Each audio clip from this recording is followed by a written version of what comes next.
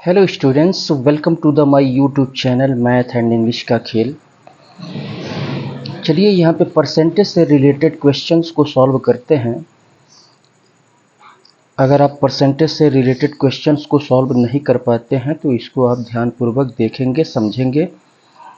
यहाँ पे कह रहा है एक संख्या में से 600 के 75% का 2/3 घटाने पर प्राप्त संख्या 320 है। तो मूल संख्या कितनी है? यहाँ पे 4 ऑप्शंस यहाँ पे गिवन है। बैंक पीओ 2010 में ये क्वेश्चन पूछा गया था। बहुत ही सिंपल सा क्वेश्चन है। तो सबसे पहले यहाँ पे देखते हैं, कह रहा है एक संख्या में से संख्या हमको नहीं पता है। तो संख्या हम यहाँ पे कुछ भी मान लेंगे। हमने x मान लिया यहाँ पे। इस संख्या में से यहाँ पे कह रहा है घटाने पर इस संख्या में से घटाने पर, क्या घटाने पर? तो 600 का इंटू 75%, 75 और परसेंट है तो अपॉन 100 लिखेंगे, और का इंटू 2/3 x में से इतने को घटाने पर प्राप्त संख्या कौन सी प्राप्त हो रही है? 320।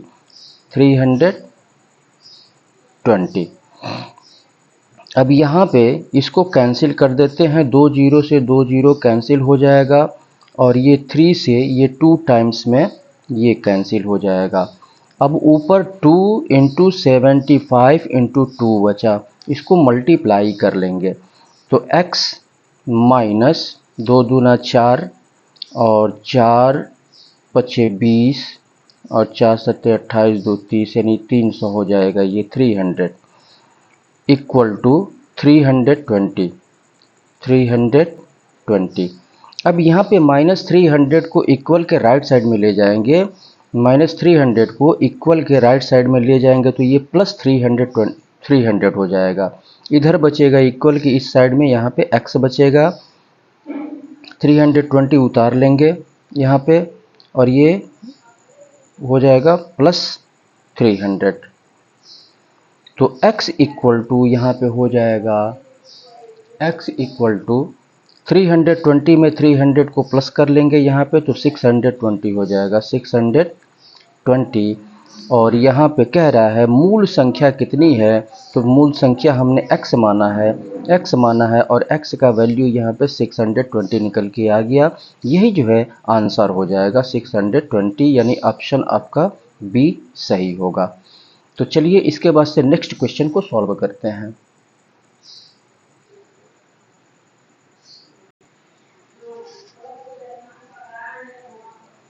चलिए इस क्वेश्चन को सॉल्व करते हैं। यहाँ पे कह रहा है फलों के मूल्य में 30% कमी करने पर उनकी बिक्री 40% अधिक हो जाती है। इससे विक्रय मूल्य पर क्या प्रभाव पड़ेगा? ये 4 ऑप्शंस गिवन है, ये 5 ऑप्शंस। यहाँ पे कह रहा है फलों के मूल्य में 30% कमी करने पर, कह रहा है 30% कमी करने पर फलों के मूल्य में। तो फलों का मूल्य हमको यहाँ पे नहीं पता है, तो फलों का मूल्य हम यहाँ पे मान लेंगे।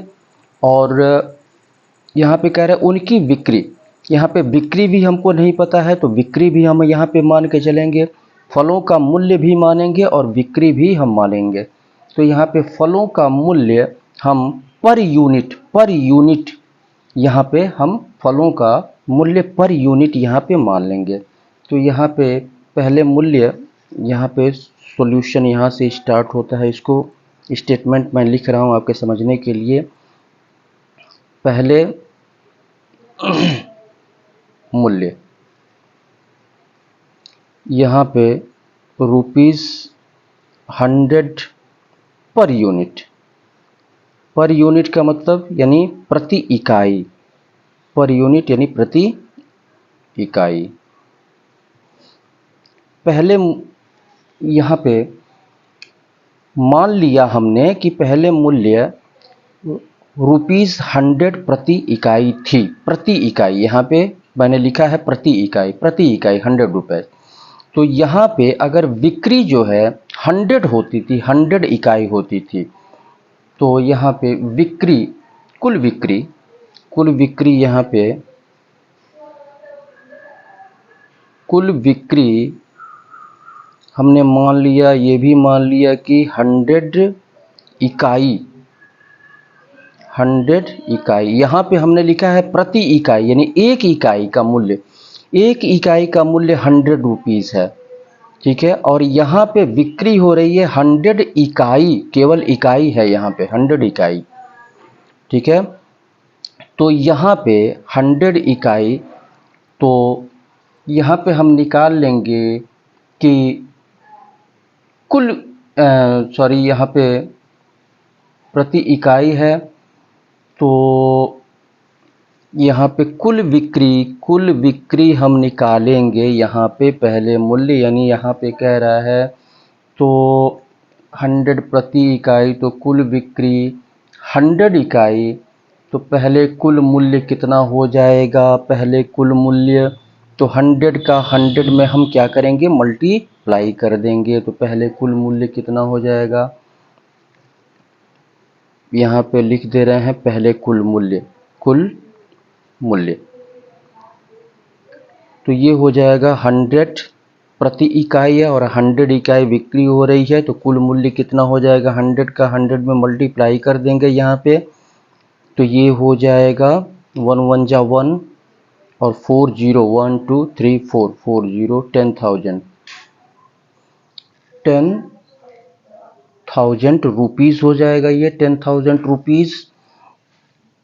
अब यहाँ पे कह रहा है कि फलों के मूल्य में 30% कमी करने पर, मूल्य में 30% कमी करने पर, तो पहले मूल्य 100 प्रति इकाई था और 30% कम हो गया, तो 30 माइनस कर देंगे, 100 का 30% 30 होगा, तो 30 को 100 में से माइनस हम कर देंगे तो 70 हो जाएगा। तो नया मूल्य अब कितना हो जाएगा, यहाँ पे नया मूल्य यहाँ पे लिख लेंगे, नया मूल्य यहाँ पे ₹70 प्रति इकाई हो गया। ये 100 प्रति इकाई था, 30% कम होने पर 70 प्रति इकाई हो गया, प्रति इकाई। और नई बिक्री यहाँ पे कह रहा है उनकी बिक्री 40% अधिक हो जाती है। बिक्री पहले 100 इकाई होती थी, 40% बढ़ गई, तो यहाँ पे नई बिक्री तो 100 का 40% 100 में हम ऐड कर देंगे तो 140 हो जाएगा ये, तो ये हो गया 140 इकाई, 140 इकाई। तो यहाँ पे नया कुल मूल्य, अब जो है कुल मूल्य कितना हो जाएगा इन दोनों का, यानी 70 प्रति इकाई है और ये 140 इकाई नई बिक्री है, तो 140 का यहाँ कुल मूल्य कितना हो जाएगा, 140 इकाई का कुल मूल्य 70 के हिसाब से, तो यहाँ पे कुल मूल्य हो जाएगा, यहाँ पे लिख लेंगे कुल मूल्य इक्वल टू 70 इंटू 140, 1498 और 2 जीरो इसमें बढ़ जाएगा, 9,800 रुपीज़ हो गया। यानी पहले मूल्य जो है 10,000 था और बाद में मूल्य हो गया 9,800। तो यहाँ पे कह रहा है इससे विक्रय मूल्य पर क्या प्रभाव पड़ेगा, तो विक्रय मूल्य यहाँ पे क्या हो रहा है, यहाँ पे विक्रय मूल्य 10,000 रुपीज़ है और यहाँ पे विक्रय मूल्य 9,800 है, तो 200 की कमी हो रही है, विक्रय मूल्य में 200 रुपीज़ की कमी हो रही है और 200 रुपीज़ को हमको परसेंटेज में निकालना है, तो यहाँ पे कमी हो रही है कितने की, 10,000 में से 9,800 को माइनस करेंगे तो ये 200 रुपीज़ की कमी हो रही है और कमी परसेंटेज यहाँ पे हम निकाल लेंगे, कमी परसेंटेज हम निकाल लेंगे। तो ये कमी परसेंटेज, तो 200 और कितने पे कमी हो रही है, 10,000 पे कमी हो रही है। पहले विक्रय मूल्य इतना था, तो 10,000 और परसेंटेज में निकालना है तो 100 से मल्टीप्लाई कर देंगे, परसेंटेज का साइन लगाएंगे। यहाँ पे 2 जीरो से 2 जीरो कैंसिल और 100 से 100 कैंसिल, तो यहाँ पे आपका हो रहा है केवल 2 बच रहा है, तो यहाँ पर हो जाएगा आपका 2%। 2% यही जो है आंसर हो जाएगा। तो ये आपका यहाँ पे ऑप्शन सी आपका सही होगा। तो इस तरह से क्वेश्चन को सॉल्व करते हैं। चलिए अगले क्वेश्चन को सॉल्व करते हैं। अगले क्वेश्चन पे बढ़ने से पहले अगर आप हमारे चैनल पे नए हैं तो आप इसे सब्सक्राइब कर लें, और सब्सक्राइब करने के बाद बेल आइकन को अवश्य क्लिक करें, जिससे कि जितने भी वीडियोस हमारे द्वारा अपलोड किए जाएं तो उसका नोटिफिकेशन समय समय पर आपको मिलता रहे। वीडियो को लाइक करें, अपने मित्रों में शेयर करें। चलिए अब नेक्स्ट क्वेश्चन को सॉल्व करते हैं। इस क्वेश्चन को सॉल्व करते हैं। यहाँ पे कह रहा है चीनी के भाव में 40% वृद्धि होने पर किसी परिवार को चीनी की वार्षिक खपत कितने प्रतिशत कम करनी होगी जिससे परिवार का खर्च न बढ़े। 4 ऑप्शंस यहाँ पे दिए गए हैं। तो चीनी के भाव में 40% वृद्धि, यानी पहले चीनी का मूल्य हम पहले मान लेंगे। पहले जो है चीनी का मूल्य यहाँ पे हम मान लेंगे प्रति इकाई चीनी का मूल्य यहाँ पे मान लेंगे। तो यहाँ पे सॉल्व करेंगे। पहले चूँकि हमको भाव हमको नहीं पता है, मूल्य हमको नहीं पता है, इसके बाद से परिवार जो है चीनी की खपत कितना करता था ये भी नहीं पता है। तो दोनों को हम मान के चलेंगे यहाँ पे। तो चीनी का भाव यहाँ पे प्रति इकाई चीनी का भाव, तो यहाँ पे हम मान लेंगे मूल्य प्रति इकाई। सॉल्यूशन में मूल्य प्रति इकाई यहाँ पर हम मान के चलेंगे कि यह जो है 100 रुपीज़ था। और यहाँ पे पहले खपत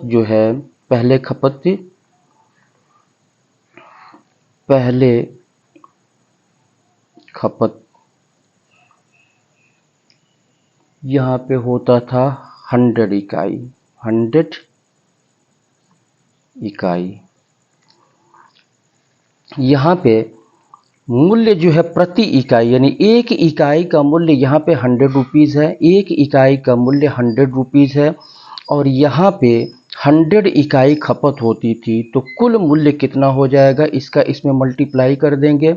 यानी एक इकाई का मूल्य इतना है तो 100 इकाई का मूल्य इसका दोनों का 100 का मल्टीप्लाई कर देंगे, तो यहाँ पे कुल मूल्य निकल जाएगा। यानी कुल खर्च यानी कुल मूल्य यहाँ पर निकल जाएगा। तो यहाँ पे लिख लेंगे कुल मूल्य इक्वल टू 100 का 100 में मल्टीप्लाई कर लेंगे यहाँ पे, तो ये हो जाएगा आपका 10,000 रुपीज़।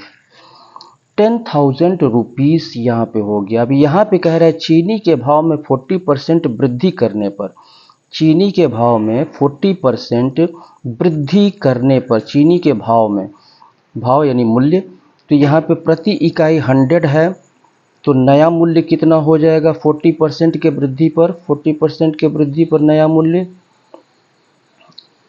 नया मूल्य यहाँ पे कितना हो जाएगा। तो ये 100 का 40% निकाल के हम 100 में ऐड कर देंगे, तो 140 हो जाएगा। नया मूल्य हो गया 140 प्रति इकाई, 140 प्रति इकाई। 100 से 140% बढ़ने पर 100 से 140 हो गया प्रति इकाई।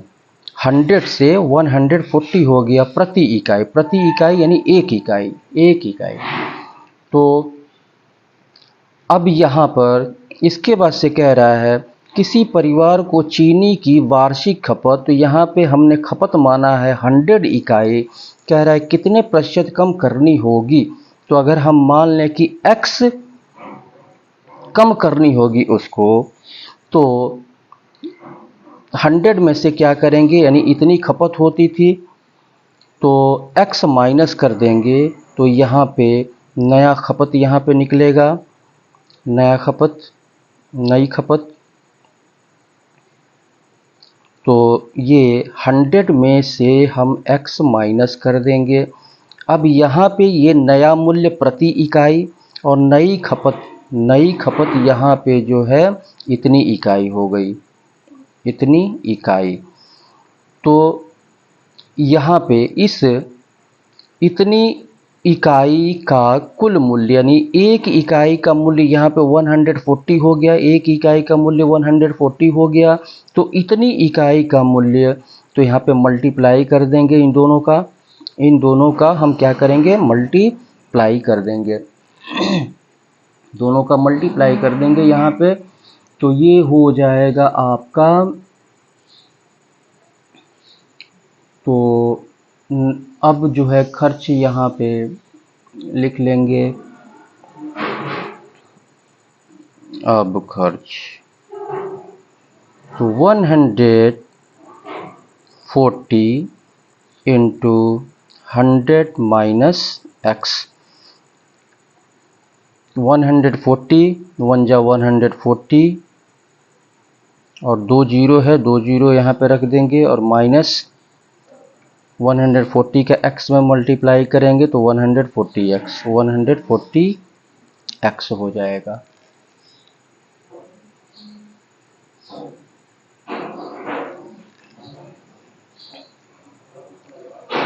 तो 14,000 माइनस 140x। अब यहाँ पर ये 14,000 माइनस 140x यहाँ पे कह रहा है कि प्रतिशत कमी करनी होगी जिससे परिवार का खर्च न बढ़े, यानी इसका मतलब कि यह कुल मूल्य जो है परिवार का खर्च न बढ़े, यानी इसी के इक्वल रहे। तो ये जो है इसी के इक्वल होगा, यहाँ पे कह रहा है खर्च न बढ़े, ज्यों का त्यों बना रहे। ठीक है, तो यहाँ पर ये हम लिख लेंगे इसको 1 इसको उतार लेंगे, 14,000 माइनस 140x और इक्वल टू 10,000। तो यहाँ पे -100 माइनस को हमको समाप्त करना है, तो इक्वल के राइट साइड में ले जाएंगे और इसको इधर ले आएंगे। तो ये हो जाएगा 14,000 और ये इधर आएगा तो माइनस हो जाएगा, माइनस 10,000 इक्वल टू 140x हो जाएगा। इसमें से इसको माइनस करेंगे तो 4,000 बचेगा यहाँ पे, 4,000 और 140 को यहाँ पे 140 इंटू एक्स है, 140 को इधर ले आएंगे तो 140 ये डिवाइड में आ जाएगा, 140 इधर x बचेगा। तो ये 10 से 10 कैंसिल हो जाएगा, एक अंक से काट के इसको छोटा कर देते हैं। तो एक अंक से काट के छोटा करेंगे तो ये 2 सते 14 हो जाएगा और ये 2 दूनी 4 यानी 200 हो जाएगा ये। तो x इक्वल टू 200/7 हो गया, x इक्वल टू यहाँ पे लिख देंगे 200/7, 200/7। तो इसको मिक्स्ड फ्रैक्शन में इसको हम लिख लेंगे तो ये आ जाएगा आपका, चलिए यहाँ पे मल्टीप्लाई कर लेते हैं, 200 और 7 को 7 दूनी 14, 6 7 8 56, 10 में से 6, 4 हो जाएगा।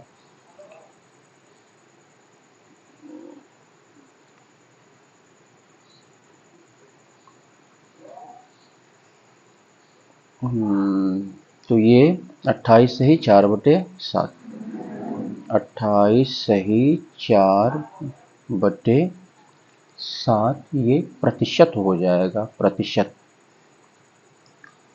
तो ये आपका ऑप्शन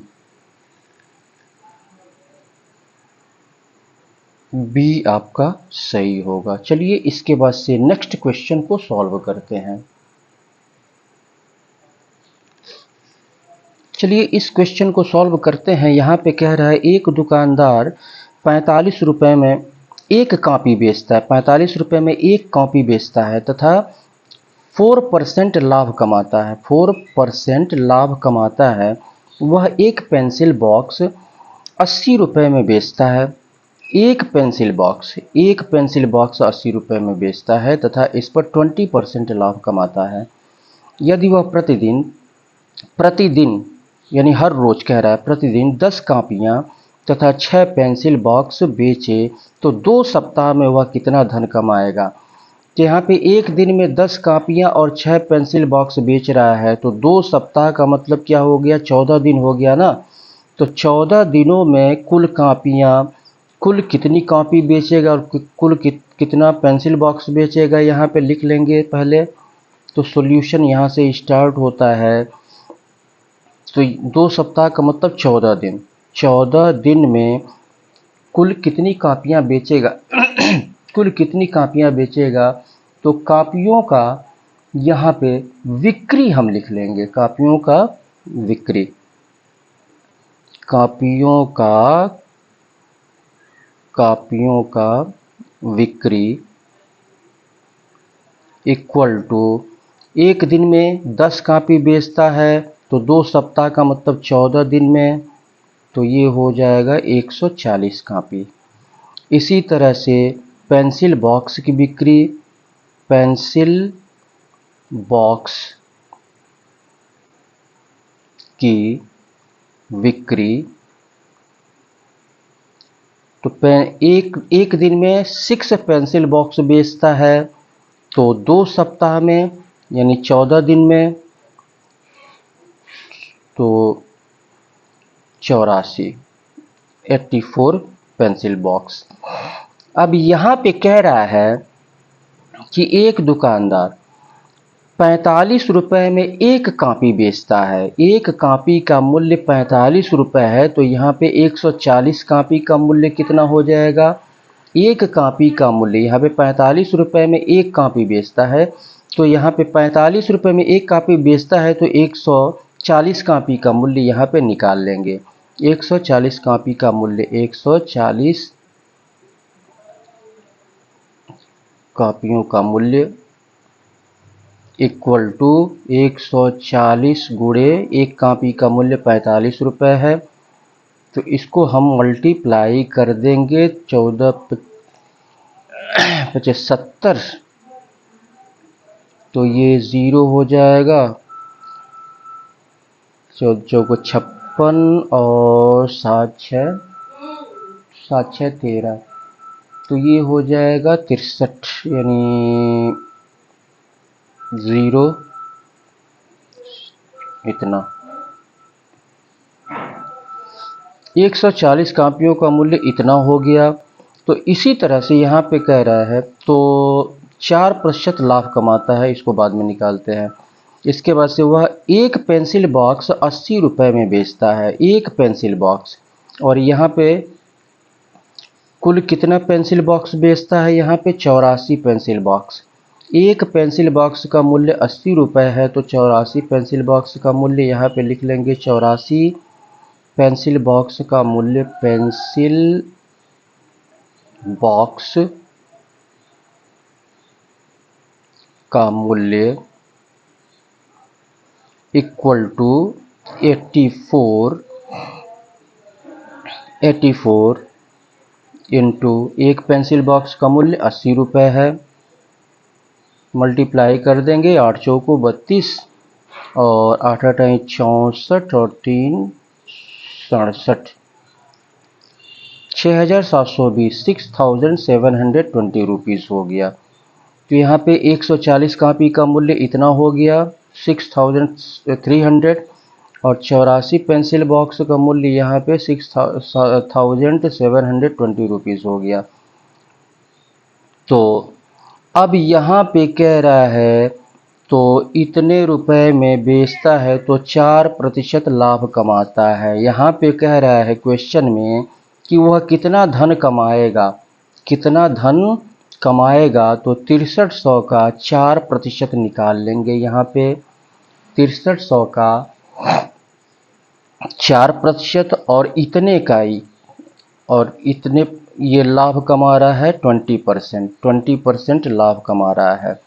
तो इतने का 20% हम निकाल के दोनों को प्लस करेंगे, ठीक है। तो यहाँ पे कुल लाभ यहाँ पे निकलेगा, कुल लाभ इक्वल टू 6300 का 20%, सॉरी ये 4% है यहाँ पे 4% यानी अपॉन 100 हो जाएगा, और प्लस करेंगे इतने का 6720 का 20% लाभ है, 20%।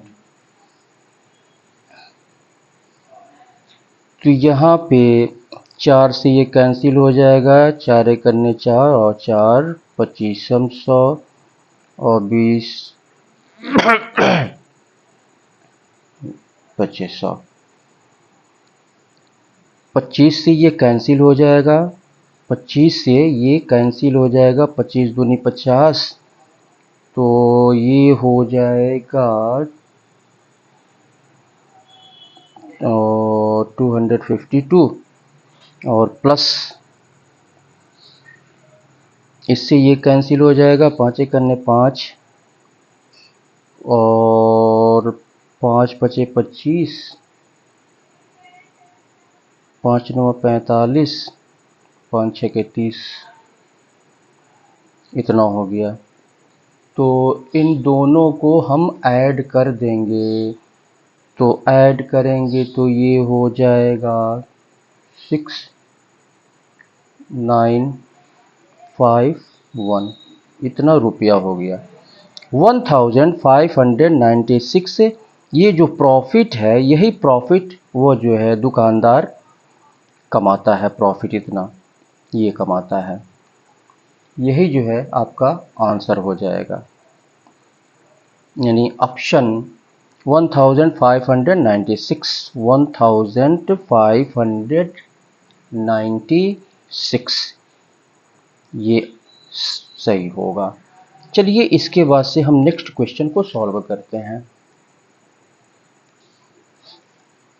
यहाँ पे कह रहा है 50% अम्लीय 9 लीटर द्रव में कितना पानी मिलाया जाए कि अम्लीय सांद्रता 30% रह जाए। अम्लीय सांद्रता 30% रह जाए। 4 ऑप्शंस यहाँ पे दिए गए हैं। तो यहाँ पे 9 लीटर में अम्ल की मात्रा, 9 लीटर में अम्ल की मात्रा कितनी है ये हम निकाल लेंगे। अम्ल की मात्रा निकाल लेंगे और 9 लीटर में पानी की मात्रा, दोनों की मात्रा पहले हम निकाल लेंगे। तो 9 लीटर में अम्ल की मात्रा, अम्ल की मात्रा यानी 9 का 50%, 50 और परसेंट हो जाएगा ये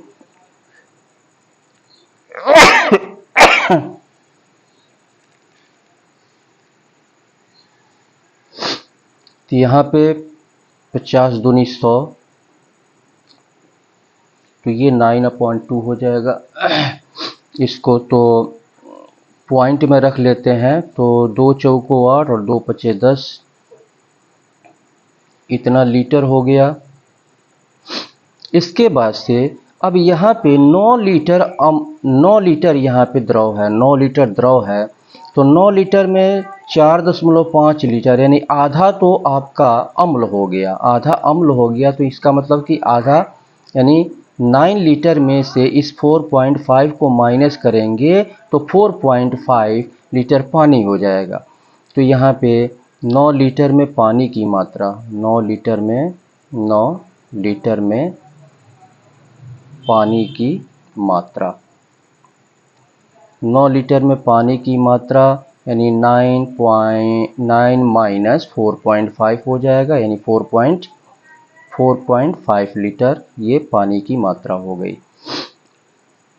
4.5 लीटर पानी है यानी आधा अम्ल है और आधा पानी है। तो यहाँ पे कह रहा है कितना पानी मिलाया जाए, कितना पानी मिलाया जाए कि अम्लीय सांद्रता जो है 30% रह जाए, अम्लीय सांद्रता 30% रह जाए। तो क्या करेंगे, यहाँ पे अम्लीय सांद्रता 30% रह जाए तो यहाँ पे हम मान के चलेंगे कि x कह रहा है कितना पानी मिलाया जाए, हम मान के चलेंगे कि x पानी मिलाया जा रहा है, ठीक है, x पानी मिलाया जा रहा है।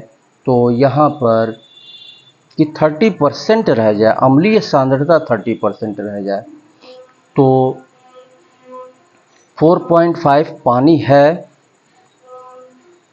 ये 4 मान लिया कि x जो है, मान लिया यहाँ पे मान लेंगे कि x लीटर पानी मिलाया जाए। यहाँ पे चलिए मान लेते हैं, पहले मान लेते हैं कि x लीटर पानी मिलाया जाए। मान लिया हमने कि x लीटर पानी मिलाया जाए, तो हमको यहाँ पे कह रहा है अम्लीय सांद्रता 30% रह जाए, अम्लीय सांद्रता 30% रह जाए। तो यहाँ पे 4.5 लीटर और कुल है 9 और यहाँ पे प्लस x हो जाएगा, प्लस x और परसेंटेज में हमको निकालना है यहाँ पर, तो 100 हो जाएगा। ये परसेंटेज, यहाँ पे परसेंटेज कह रहा है तो यहाँ पे 30 हो जाएगा, 30 हो जाएगा। अब यहाँ पर 4.5 यानी इंटू 100 है, तो इंटू 100 को इक्वल के राइट साइड में ले जाएंगे।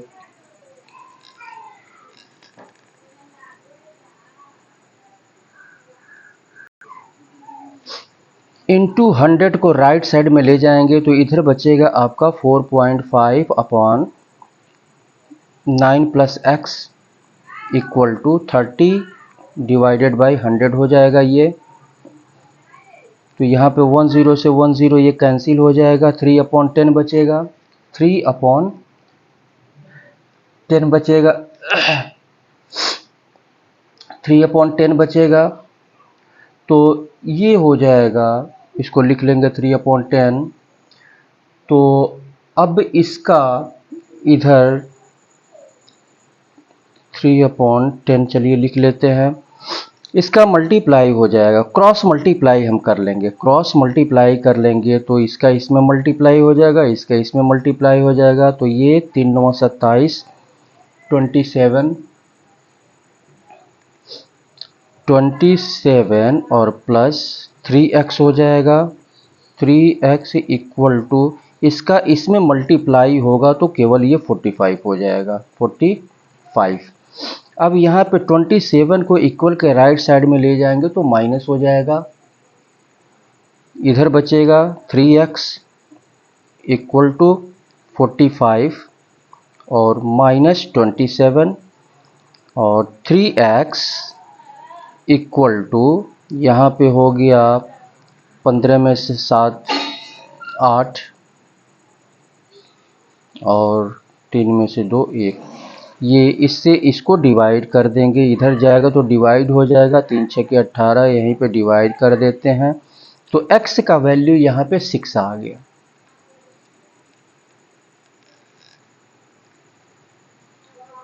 x का वैल्यू यहाँ पे 6 आ गया। तो 6 लीटर जो है 6 लीटर पानी मिलाया जाए। तो यहाँ पे ऑप्शन आपका ऑप्शन सी आपका सही होगा। चलिए इसके बाद से नेक्स्ट क्वेश्चन को सॉल्व करते हैं। इस क्वेश्चन को सॉल्व करते हैं। यहाँ पे कह रहा है 300 ग्राम चीनी के घोल में 40% चीनी है, इसमें कितने ग्राम चीनी और मिलाई जाए कि नए घोल में 50% चीनी हो। 4 ऑप्शंस यहाँ पे दिए गए हैं। तो 300 ग्राम यहाँ पे कह रहा है 300 ग्राम चीनी के घोल में 300 ग्राम चीनी के घोल में 40% चीनी है, 40% चीनी है। तो ये घोल जो है 300 ग्राम है, तो 40% चीनी, यहाँ पे 40% हम यहाँ पे निकाल लेंगे। तो चीनी की मात्रा यहाँ पर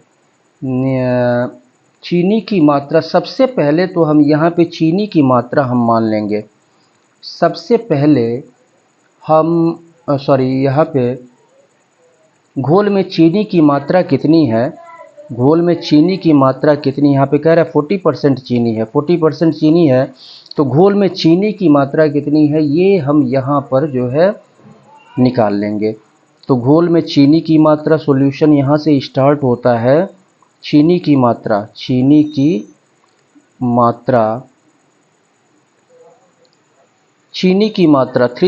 का 40% निकाल लेंगे। 300 का 40%, 40/100 हो जाएगा।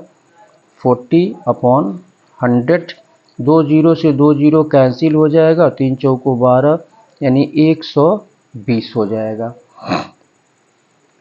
120 यहाँ पे ग्राम दिया है तो ग्राम हो जाएगा। 120 ग्राम जो है चीनी की मात्रा हो गई। अब यहाँ पे कह रहे हैं इसमें कितने ग्राम चीनी और मिलाई जाए। तो यहाँ पे हम मान लेंगे कि x ग्राम चीनी मिलाया जाए। x ग्राम चीनी यहाँ पे मान के हम चलेंगे कि माना जो है x ग्राम चीनी मिलाई जाए।